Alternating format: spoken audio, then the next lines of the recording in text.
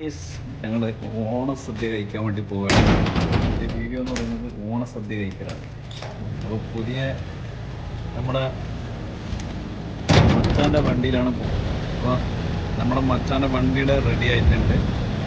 നമ്മുടെ മച്ചാൻ എന്ന് പറയുന്നത് അല്ലേ സഞ്ജു മച്ചാനാണ്. സഞ്ജു മച്ചാനാണ്. ഹാപ്പി ഓണം.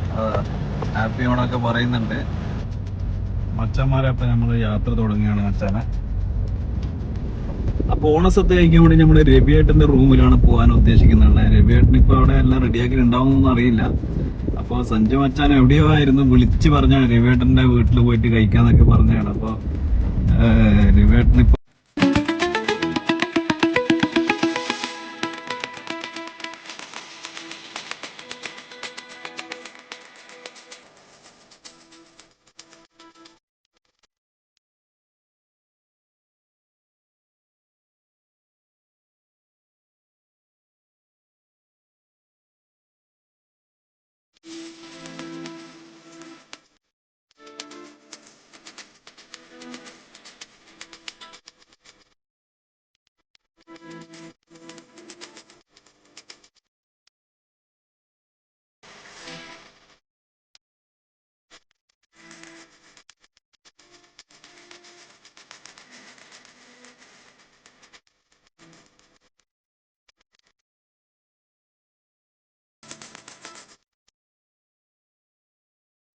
നാടും വീടും വിട്ട് ദൂരദേശങ്ങളിൽ കഴിയുന്ന മലയാളികൾക്ക് ഓണം ഒരു ഗൃഹാതുര സ്മരണയാണ്.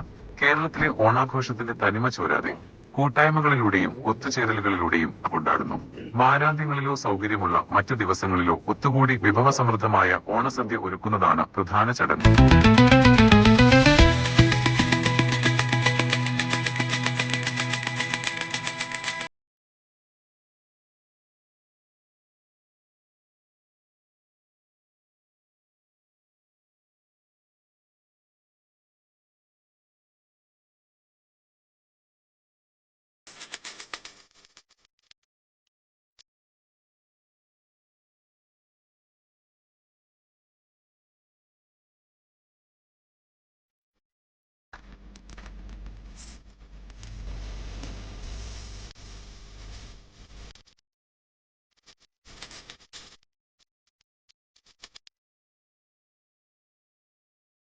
അവിയൽ, പുളിശ്ശേരി, പലതരം പായസങ്ങൾ തുടങ്ങിയ പരമ്പരാഗത വിഭവങ്ങൾക്ക് യാതൊരു കുറവും വരുത്താറില്ല.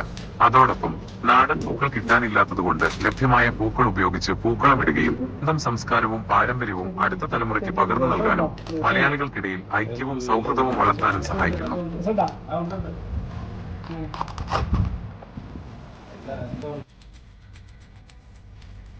ഈ ഓണത്തിന്റെ വിശേഷങ്ങൾ അടങ്ങിയ വീഡിയോ നിങ്ങൾക്ക് ഇഷ്ടമായെന്ന് കരുതുന്നു. അടുത്തൊരു കിടിലൻ വീഡിയോയുമായി വരുന്നതുവരെ എല്ലാവർക്കും എന്റെ സ്നേഹം നിറഞ്ഞ ഓണാശംസകൾ.